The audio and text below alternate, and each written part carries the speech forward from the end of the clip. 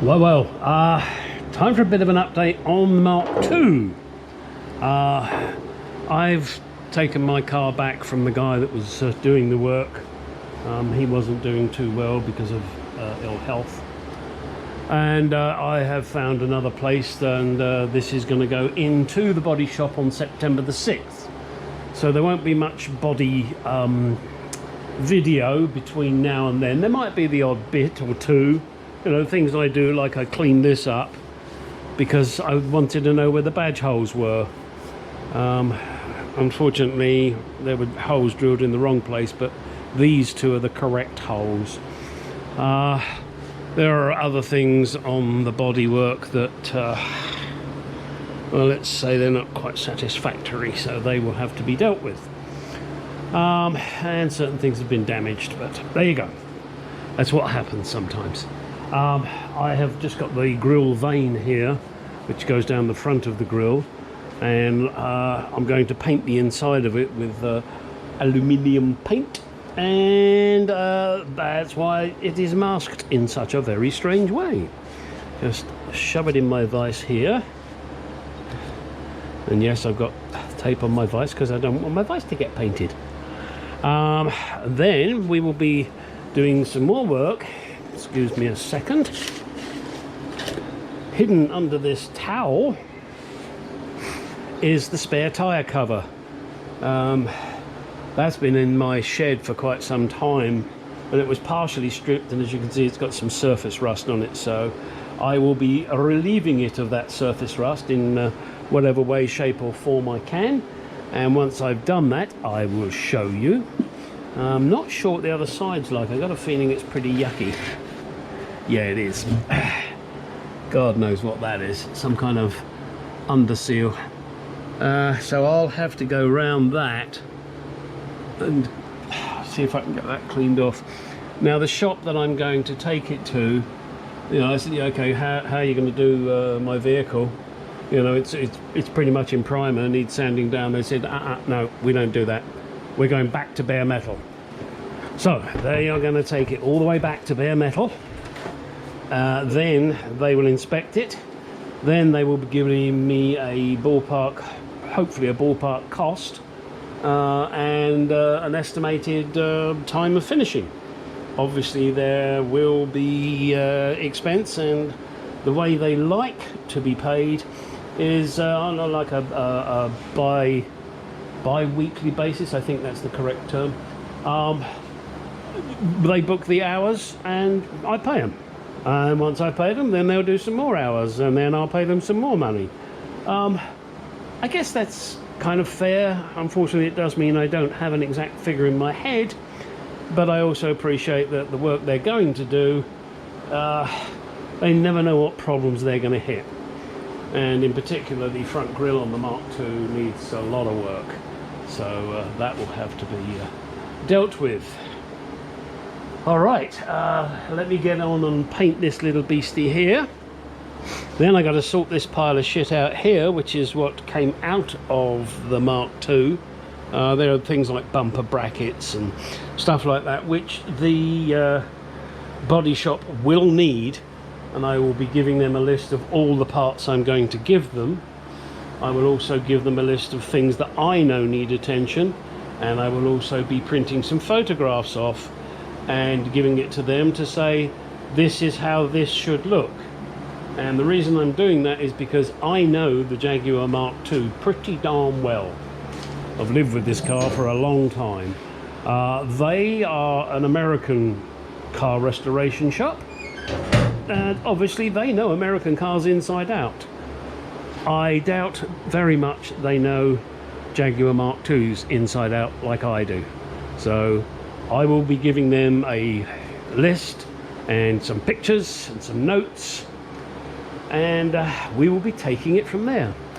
I'm sorry, at the moment, as you can see, I'm having to use my Mark II as a store area.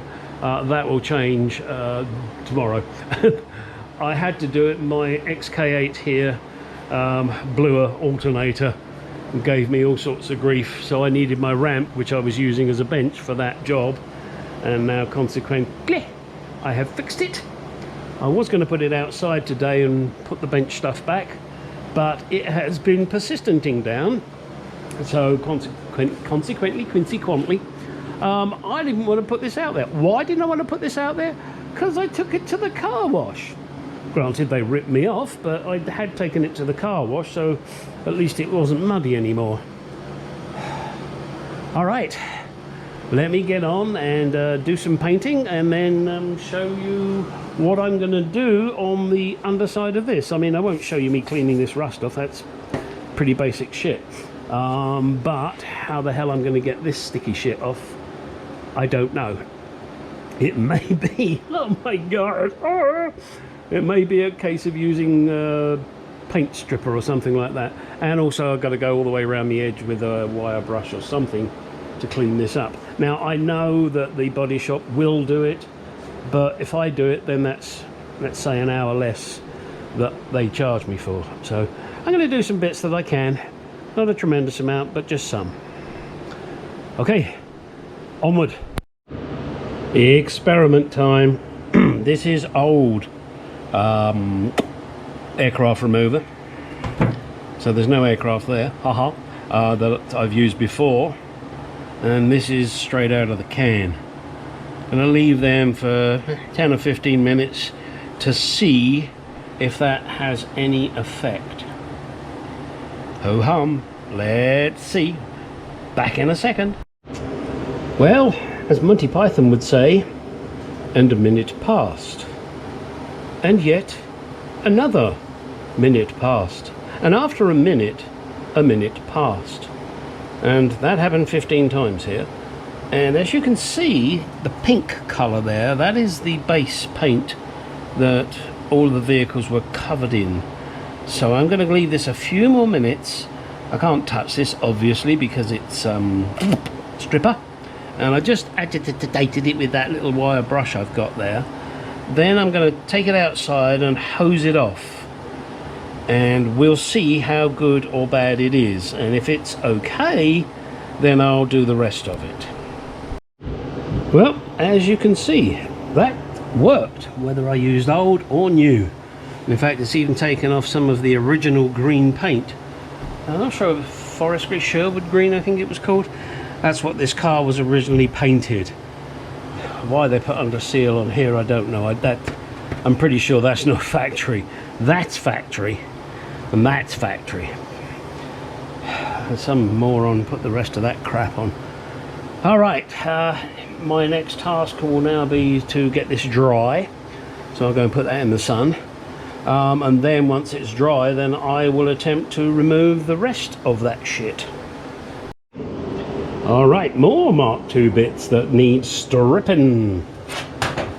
This is the starter solenoid shield, and this is the fresh air vent. As you can see, they are both painted, but as I know my car is being stripped back to bare, naked metal, I'm going to get these ones stripped off and ready. And in fact, once I've got this one stripped off and ready, I'm going to bolt it back on the car so that they are aware. Let's get stripping. Okay, so this, as you can see, the red is dissolving very quickly. That is actually Pour 15 paint that I covered these, or this one in, and so that is dissolving very quickly. This, I cannot remember, it was just a base, like a red oxide paint, so we'll see how that goes. And you see all the bits in there. This is old stripper, nothing like an old stripper. Whoa. And I'll just let it go, and we'll clean these off in a little while, and I will show you what happens after you leave them for a little while. And again, another 15 minutes ish. Well, not very satisfactory, I'm afraid. Really didn't make any impact on this, and it kind of removed some of this. I guess I could give it another go, but I think it's time for the sandblasting cabinet. So I'm going to put these outside, get them drying in the sun, and then I'm going to strip these two off. Ha ha, he says, I'm going to strip these two off. Yeah, sure you are, Gary. These, for you Mark II aficionados, are what retain, or what the door seal butts up against on the driver's door and the passenger door at the front. These are pop riveted as per manufacturer to the inner wing. I'm not quite sure why my body man or previous body man took them off. I put them on so that he could work up against them, but on one side I know he did have to do some work, so you know, I'm not going to judge him harshly there. But I'm going to clean these up now and put them back on. Then it's up to the body shop to decide how they want to deal with it. As I'm going to do this, I'm just going to strip this off. It's really nothing that's super duper interesting, but maybe you guys would like a Mark II video. You haven't seen one for a while, and granted it's only small little pieces, and you know, some of the other small little pieces I've got down here, you know, bumper brackets, what else have we got? More bumper brackets, and more bumper brackets, and more bumper I got a lot of bumper brackets here. And what's this say? Rear bumper mounts. The rubber bumper mounts, and that's something to be very careful of. Let me just show you these. Give me a second. I'm going to try and do this. Hang on.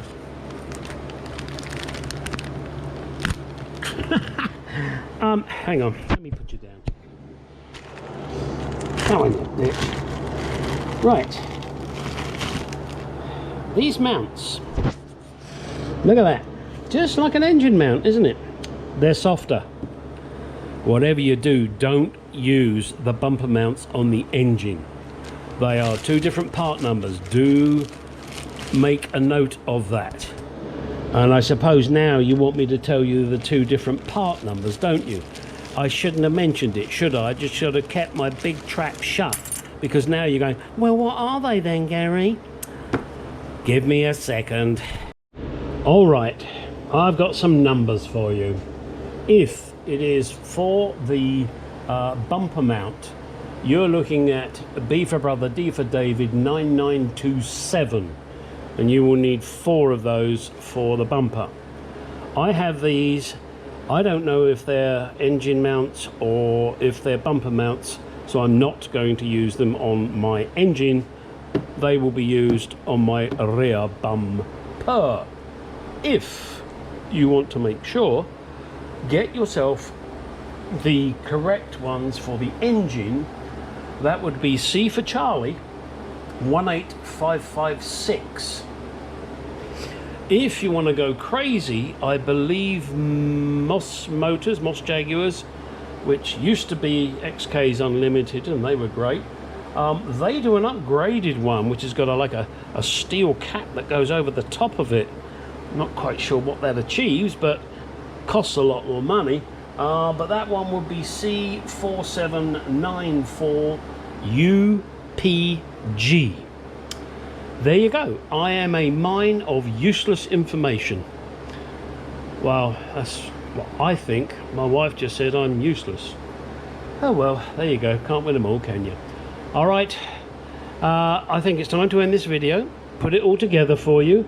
Push it out there. It's nothing tremendous, I appreciate, but thought you might find it interesting. And something that's really interesting is these pieces of rubber are from an original 1966 front grille. How do I know? Because I bought that front grille. It cost me loads of money, and it's an original, what is it they say? NOS, new old stock. Holy moly. All right, you know the story, guys. Get your fucking ass out in that garage and do some shit. Yep, there's my piece drying over there. Very delicately balanced. I won't be touching that or the car. Yeah, please like, comment, subscribe. Get out in the garage, do some shit. Oh, and just a little aside, see this here? Those of you that have not looked at any or all of my videos, this is my rebuilt engine. I rebuilt it. So check out my website. Not my website, don't be an idiot. Check out my YouTube channel on the engine rebuilds. Or the engine rebuild. Sheesh, I gotta get a new set of teeth. These ones really don't work properly. Maybe I should get some wooden ones like Lincoln used to have. All right, now really do get out in that garage and do some shit, you lazy buggers.